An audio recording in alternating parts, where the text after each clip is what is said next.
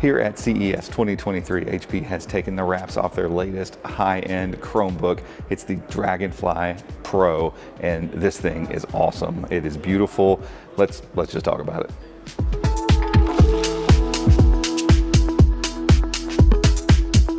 So kind of on the heels of what they did last year with the Dragonfly, the Elite Dragonfly, the same ideas I think are here, except this device is meant to be marketed towards a more consumer audience. And right off the bat, you see that with their branding. So the Chromebook, the Dragonfly Pro Chromebook is going to be marketed with one SKU, and that is all. Like, you'll go to the store and this is the one you will see, and it is well equipped. 16 gigs of RAM, 256 gigs of internal storage, a Core i5 12th gen processor, and we're going to talk about the other stuff that comes along with that. But this thing is so impressive. It's not a convertible this time around, so this one's not a 360 device. It's just a clamshell.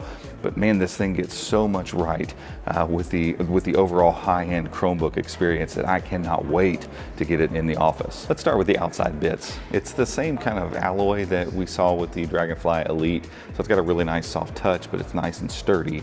Comes in a white and black color, and they both look really excellent. But the shell of the entire thing is very minimalist, so you don't see a bunch of fan ports all over the place. They've kind of hidden them and tucked them in the hinge, and then you've got 4 USB Type-C Thunderbolt ports on the outside, and that's it. They've really gone with a minimalist look. It's very thin, it's very clean. It comes in just a little over 3 pounds, and so when you pick it up, it just gives you really good, like, Pixelbook Go vibes or MacBook vibes. It's just well constructed, well put together, and just looks absolutely beautiful. But the magic really begins once you crack the lid open and expose this Quad HD 16x10 1200 nit display. I mean, it's absolutely gorgeous. The colors look awesome, the viewing angles are awesome, and the brightness is just out of control. We actually had to film the entire thing at like 15% brightness in order not to blow the shot out. I mean, it is super duper bright. The display looks incredible. Beneath that is one of the better keyboards I've ever typed on in my life. I mean, it just feels amazing, and it's RGB backlit. Now, this isn't a gaming Chromebook. They're not trying to make this like into some gaming device. They threw in an RGB keyboard for some reason. And the cool part about that is it really adds this cool like vibe to the whole Chromebook.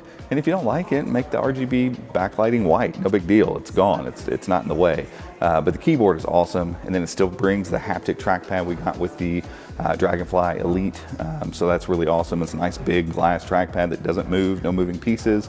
It just vibrates and you feel like you're clicking it even though it's not moving at all. And then flanking both sides of that keyboard are the speakers, well, the upward firing ones anyway. There's actually 2 that fire kind of down into the side, and this thing, even at PepCom, it was super loud. There were lots of people around, and you could tell that this Chromebook was pumping out the sound, and you could feel it in the device itself, like the bass coming from it. I can't wait to get this in a normal room, in a normal environment, to hear how these speakers sound, because I think they're going to be something really special. And so when you mix those internals, the thinness we have here, the gorgeous outer shell, the speakers, the keyboard, the trackpad, the beautiful display.